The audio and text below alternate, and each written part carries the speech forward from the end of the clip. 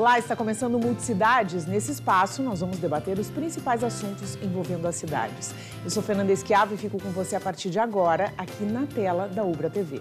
O assunto de hoje é voltado para a adoção. No início do mês de novembro, tivemos o Dia Mundial da Adoção, dia 9. A data tem o objetivo de conscientizar a respeito da importância da adoção como um ato de amor que pode ser transformador. E para saber mais sobre o assunto, conversamos com a doutora Sinara Dutra, que é promotora de justiça da Vara da Infância e da Juventude de Porto Alegre. Eu trabalho no que toca com direitos coletivos, né, da infância e juventude, tanto individual quanto coletivo, de crianças e adolescentes em situação de acolhimento institucional. Então, aqueles que ficam em abrigos e em casas-lares. E também eu cuido da questão coletiva das adoções. De uma forma geral, Alina, nós temos no Rio Grande do Sul em torno de 4 mil crianças e adolescentes institucionalizadas.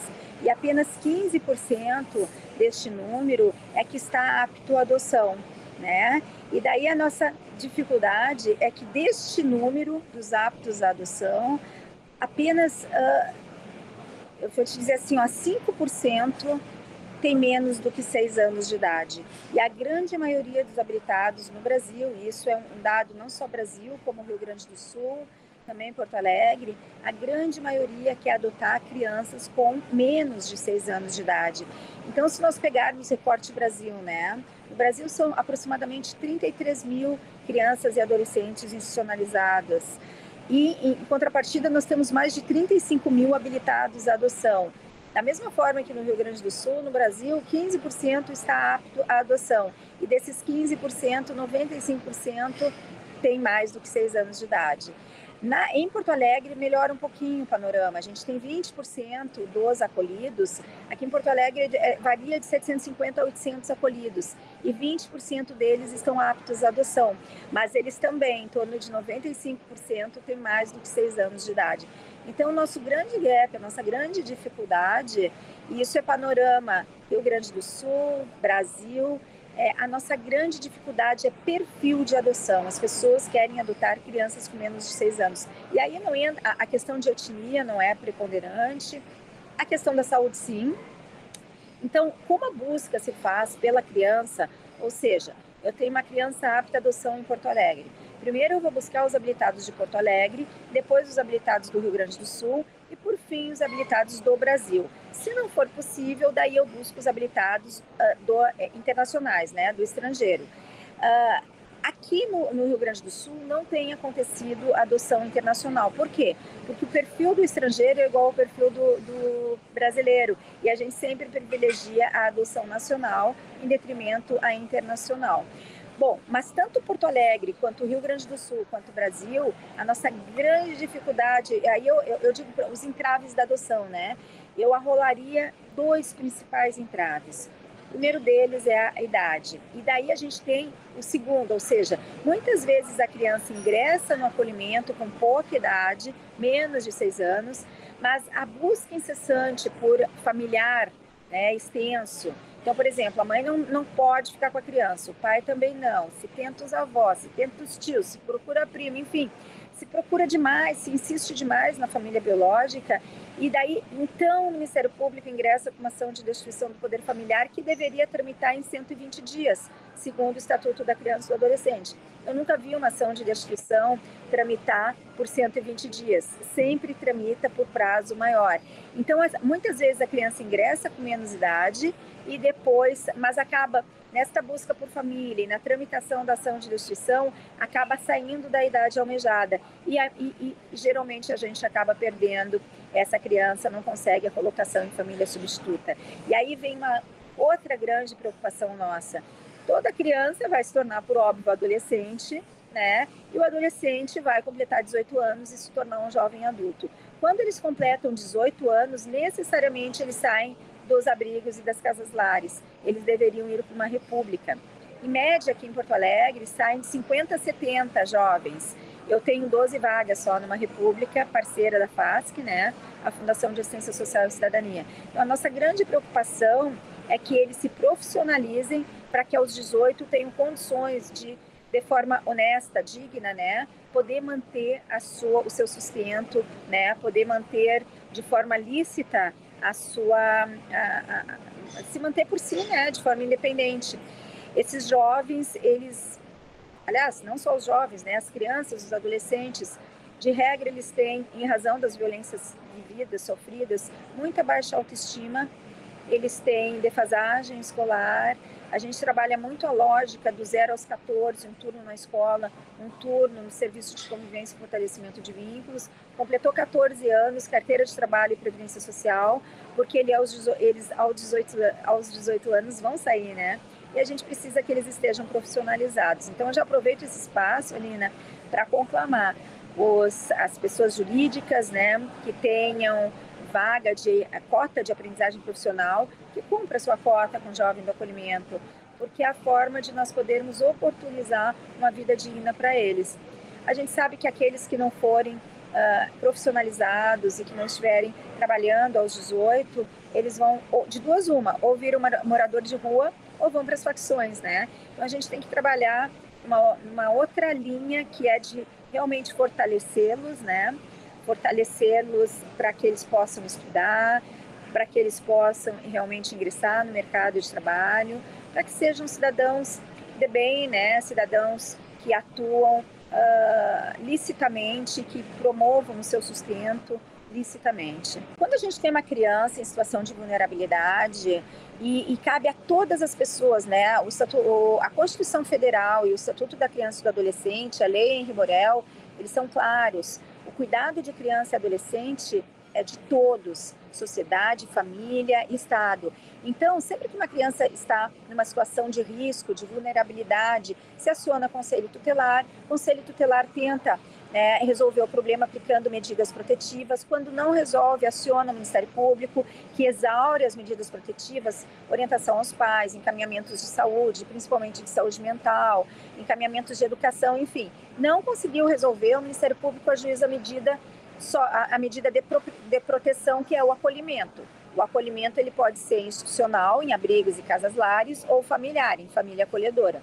Bom, quando a criança vai para o acolhimento, o trabalho de tentar retornar para a família de origem, quando não dá, o Ministério Público ajuiza a destituição do poder familiar, porque a criança ou o adolescente eles só podem ser adotados de duas uma, ou se eles forem órfãos, ou se os pais forem destituídos do poder familiar.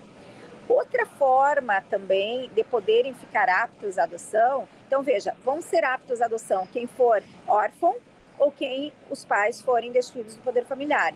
E a outra formatação é a entrega voluntária. Muitas vezes a mulher dá à luz, né, na maternidade, e ela não quer ser mãe.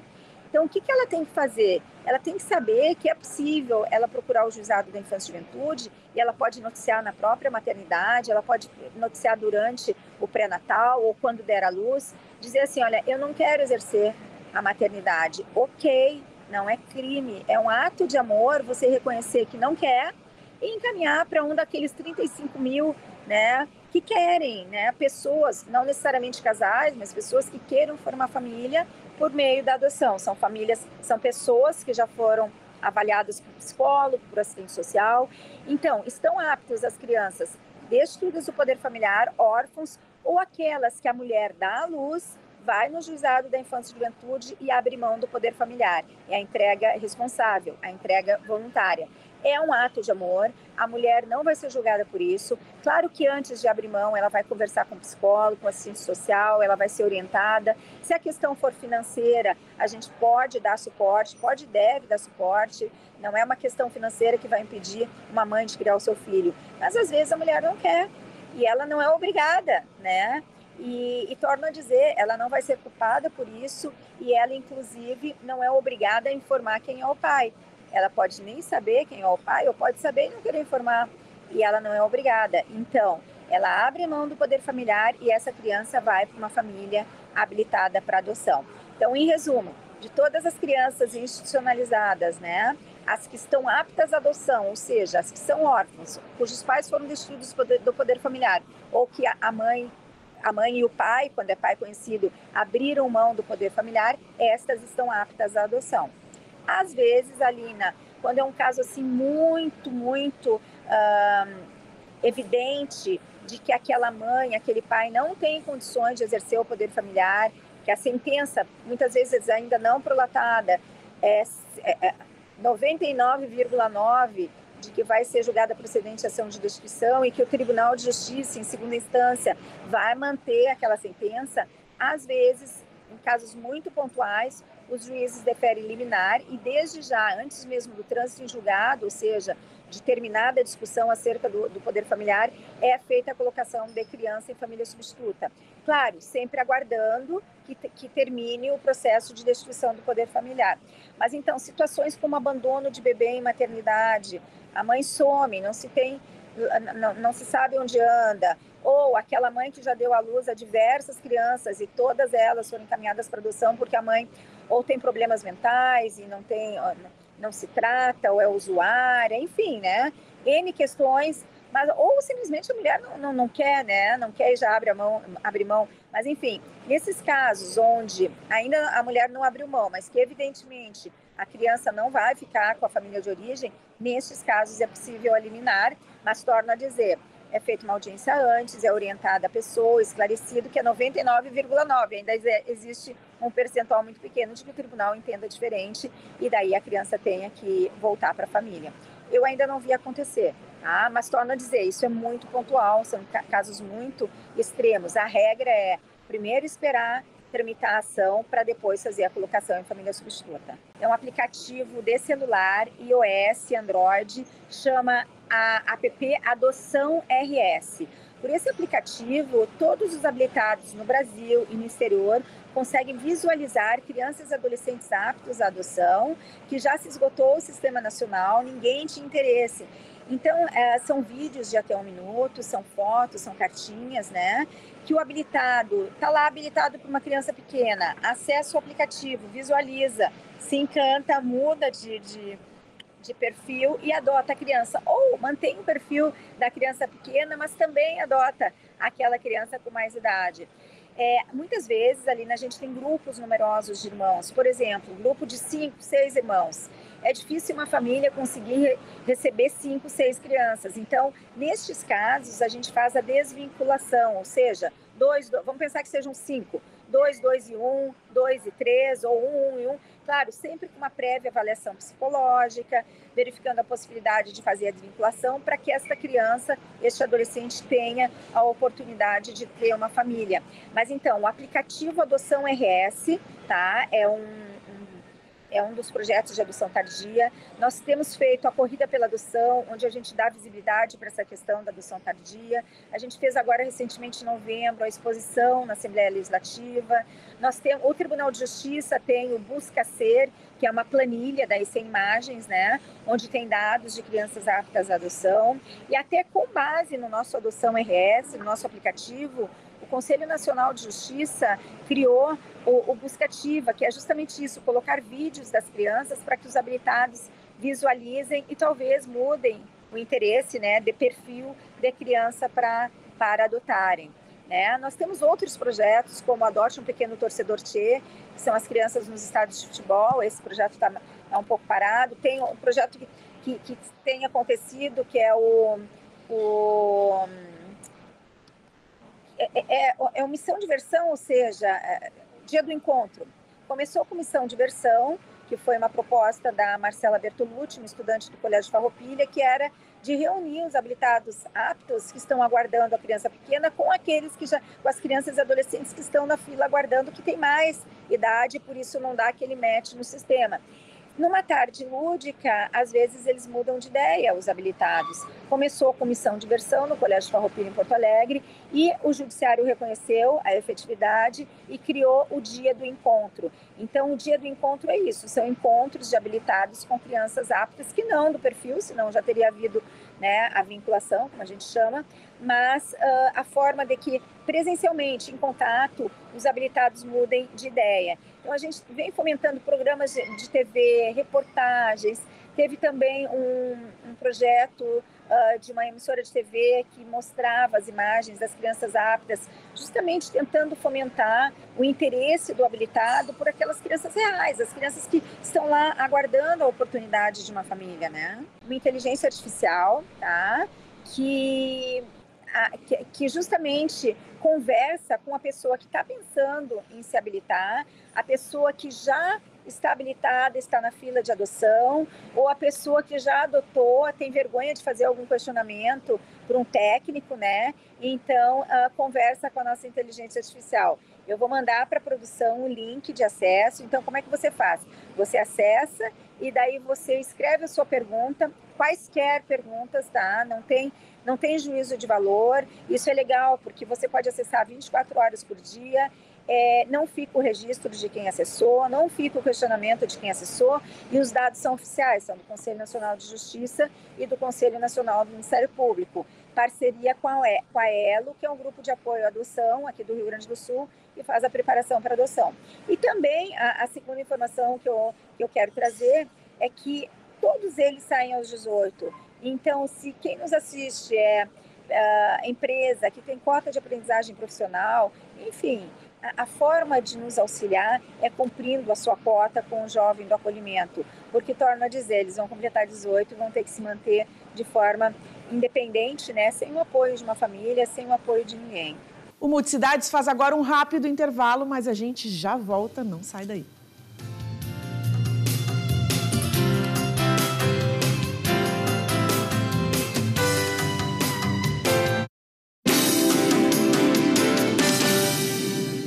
Na Ubra, você tem um futuro com raízes sólidas. O vestibular 2025 tá on. São mais de 30 opções de cursos presenciais, híbridos e EAD para você estudar com flexibilidade. E por falar nisso, sabia que você pode ingressar no curso dos seus sonhos por vestibular, segunda graduação, transferência ou nota do Enem? Aqui você tem condições de pagamento super especiais com opções de parcelamento e financiamento exclusivas, além de descontos imperdíveis. Estude com equilíbrio entre a teoria e a prática, com uma infraestrutura que oferece a melhor experiência e ultrapasse fronteiras com oportunidade de intercâmbio. Acesse ubra.br/vestibular e matricule-se. Ubra, nossas raízes são do Sul.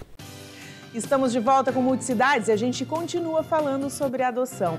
Nós conversamos também com uma advogada de direito de família, a Rose Prigol, para entender mais sobre como funciona o processo de adoção. O passo que a pessoa tem que fazer para entrar na fila de adoção é entrar no site do CNJ, é www.cnj.jus.br, SNA, e dar um pré-cadastro, que é através do Gov. O site do CNJ vai linkar todos os documentos que ela tem, ela vai ter que ter esses documentos em mão, que é identidade, CPF, comprovante de residência, comprovante de renda. Se ela é união estável, ela tem que ter a certidão da união estável ou certidão de casamento, foto dos requerentes, né? E depois, aí vai sair um número de protocolo. Com esse número de protocolo, ela vai entrar em contato com a vara da infância da cidade dela para fazer entrega desses documentos. A partir daí, então, vai iniciar o processo de habilitação. Esse processo é um processo administrativo, ele não requer advogado. A pessoa entregando isso na vara da infância, vão marcar o curso de habilitação para adoção, vão marcar as entrevistas com as psicólogas sociais, e se tudo der certo, então, vai passar para o MP e para o Ministério Público, para o Judiciário, para então ela entrar na fila de adoção. É bem importante a pessoa entender que ela vai preencher um perfil da criança desejada. Ela não pode ficar visitando instituições de acolhimento, né? Porque as crianças que estão na instituição, muitas delas não estão disponíveis à adoção, estão sendo avaliadas para voltar para sua família de origem ou para a família extensa. Então, a pessoa tem que aguardar até que chegue uma criança para ela. A busca parte da criança para o habilitado. Então, vou dar um exemplo. Uma pessoa que é uma criança de 6 anos e ela aceita uma criança somente saudável. Ela pode ser o número 1 da fila, porém, ela pode demorar anos para adotar e alguém que é o número 50, digamos, adotar antes dela, por ter o perfil mais adequado ao da criança. Então, a busca sempre parte da criança para o habilitado, e não ao contrário. A busca é para que tenha uma família para a criança, e não uma criança para uma família. Primeiro, que a pessoa tem que estar ciente que a adoção não é caridade, é um meio de filiação. Essa pessoa vai ter que ter condições de educar essa criança, e é isso que se baseia as avaliações, saber se a pessoa tem condições psicológicas e financeiras para ter uma criança sob sua guarda e depois sobre a possível adoção dela, né? buscam crianças pequenas, de 0 a 3 anos, né? Só que hoje o que se sabe, a realidade que a gente tem é que são crianças maiores que essa faixa etária, são crianças que muitas vezes têm algum problema de saúde ou têm irmãos que mantêm vínculos, então eles são adotados juntos. Então é interessante para as pessoas procurar sempre o apoio e o conhecimento a respeito da adoção. E nisso os grupos de apoio à adoção ajudam muito a que as pessoas entendam a verdadeira e real criança que está dentro do acolhimento da instituição de acolhimento. Acontece a separação quando os irmãos são em grandes números, que daí o juiz percebe que se não separar em grupos menores, eles não conseguirão ser adotados, né? Digamos uma família que tenha 5 filhos, e esses 5 filhos vão para dentro do acolhimento. Muito provavelmente não vai ter ninguém que queira 5 crianças junto.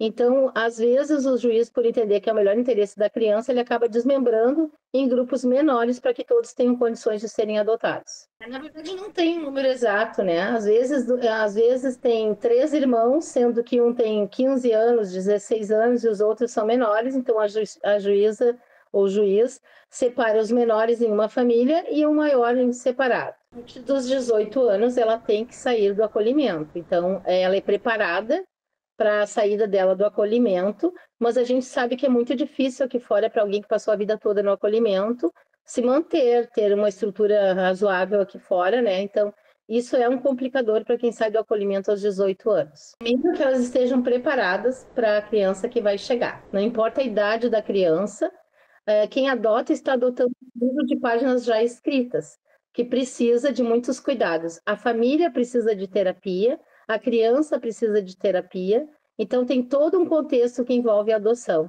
Não se pode romantizar a adoção, a pessoa tem que estar preparada, porque depois da adoção é que realmente acontecem os testes, as fases que as crianças estão se apaixonando por aquela família e elas têm medo de serem devolvidas, então elas começam a se auto-boicotar fazendo testes para serem devolvidas. As pessoas têm que estar extremamente preparadas para esses testes que virão. E nada melhor que uma família que seja acompanhada por uma terapia e a criança também para transpor essas dificuldades iniciais. E agora a gente mostra uma história muito legal de uma família que teve a vida transformada pela adoção. Quem nos conta essa história é a Duda Rocha. Desde o dia 4 de agosto de 2023, a casa está com uma organização diferente. Os brinquedos espalhados pelo sofá e os desenhos na geladeira mostram a chegada do Nolan. Vai lá dar um abraço no pai. Dá um abraço aqui, dá um abraço. Peguei! Olha ele.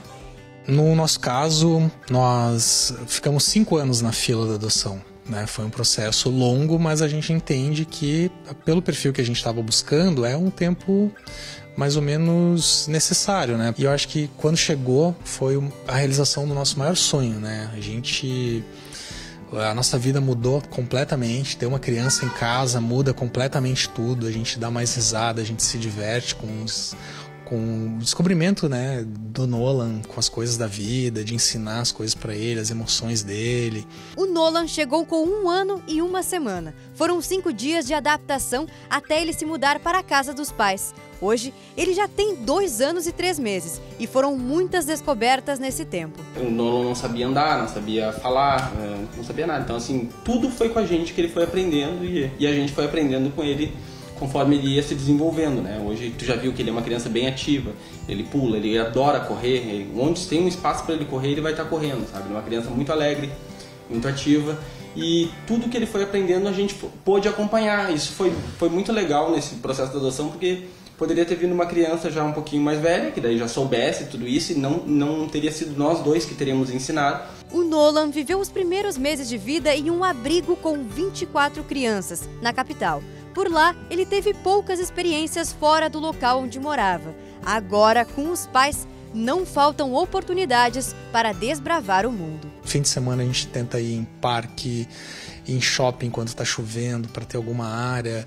Ele vai comer tudo, sabe, em todos os lugares, comer sorvete, ir num restaurante, adora batata frita, foi no acampamento Farroupilha, já foi num parque de diversões aquático na Serra. Já foi na praia. Na praia. Já tomou banho aqui no Rio com a gente. Isso, a gente mora na beira do rio, né? Já tomou banho com a gente no verão. A gente procura mostrar que o mundo é muito grande, preparar uma criança para o mundo, sabe? A gente quer muito isso, assim, que ele tenha esse senso de humanidade, sabe? Que se foque nas pessoas, não nos bens materiais, né? E a gente procura muito sempre priorizar ele, assim, na nossa rotina, sabe? Ele é prioridade, ele tem que estar bem, então ele estando bem e ele se divertindo, a gente fica alegre também, sabe? A gente tá feliz, né? Que é o que basta. Em casa, a adoção é um assunto muito natural. Desde que chegou, os pais do Nolan fazem questão de situar sobre a família que ele faz parte e que o amor e a parceria são as mesmas que a de uma família formada de outras formas. Ele sabe que tem 2 pais, isso é muito claro pra ele chama nós 2 de papais. Às vezes a gente tá próximo, assim, a gente se beija, ele bate palma, assim, sabe, feliz. A gente tenta tratar a adoção e a adoção por um casal homoafetivo da forma mais natural possível, e a gente vai sempre trabalhar com a verdade com ele, entendeu? Quando ele for entendendo e for perguntando, a gente vai explicando. E já teve um caso de ele perguntar pra professora dele na escola se ela era mamãe, e ela falou, não, eu sou professora, sabe? Já teve uma coisa assim, mas ele sempre nos chama de papai, ele não pergunta a respeito. Teve o Dia das Mães na escola, então eu fui com ele, né? A gente pensou, não vamos... A gente até ficou pensando, será que alguma madrinha leva, a avó leva? Daí a gente pensou, não. Nós somos, né, pais fazemos dele. esse papel de pai e mãe, né? Não vamos terceirizar. Então um vai no Dia das Mães, outro vai no Dia dos Pais e tá tudo certo. Então fui eu lá, o único pai entre, sei lá, umas 20 mães com seus filhos e filhas, né? Mas a gente procura ser muito simples em tudo, sabe? Foram 10 anos juntos até aumentar a família. Agora, os pais, o filho e os 3 cachorros têm muita história para contar. Como uma forma de dividir essa rotina e normalizar ainda mais a adoção, eles criaram um perfil nas redes sociais. Desde que o Nolan chegou, a gente sabe que a gente é uma família um pouco diferente, mas a gente acha que a gente é muito normal, com os desafios, né, e os problemas e as coisas boas de qualquer família. Então a gente criou no Instagram o perfil Projeto Nolan, para contar um pouquinho da nossa história, do nosso trio, né? 2 pais com um filho. A gente acha que também, tendo esse perfil, a gente pode fazer com que a nossa história se torne comum, sabe? Porque a gente sabe que é a realidade de muitas pessoas, né?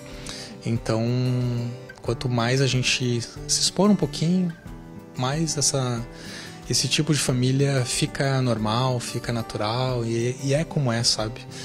A sociedade vai avançando um pouquinho também, né?